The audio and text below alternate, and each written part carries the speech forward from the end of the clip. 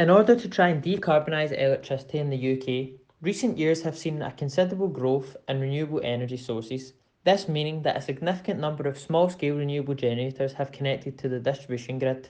These are known as distributed generators, or DGs for short.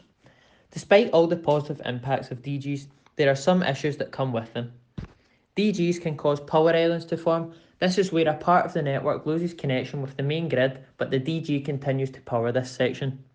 This can be very dangerous as utility workers may not realise that the network is live and also can damage plant equipment and consumer appliances. Loss of mains protection methods protect DG units by causing them to trip in the event of a power island forming. Current methods, however, are not always 100% reliable. Vector shift protection detects any shift in the voltage vector caused by a sudden change in the output of the generating plant over one cycle.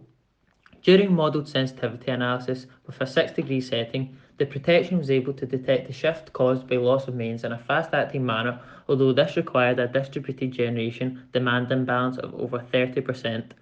In addition to this relatively poor sensitivity, the stability study found that the protection is susceptible to spurious operation caused by faults on the transmission system.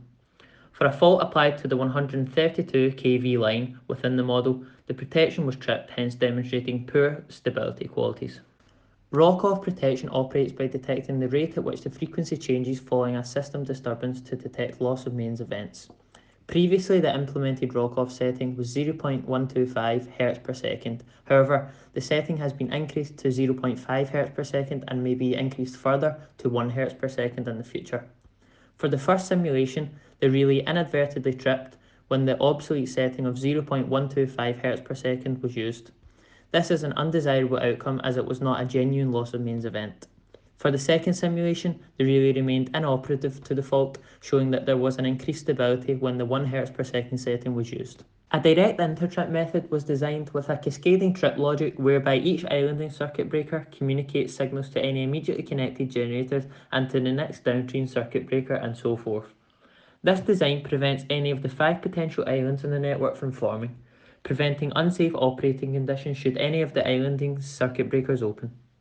Simulink simulations test the practicality of the intertripping design and show that as the loss of mains occurs at the grid supply point at 0.1 seconds, each of the circuit breakers and generators fall to a power output of 0 megawatts. Although intertripping is instantaneous and nullifies any islanding risk, it presents significant infrastructure costs. A Raspberry Pi was interfaced with Simulink so that the models implemented could be remotely controlled for presentation purposes for the trade show.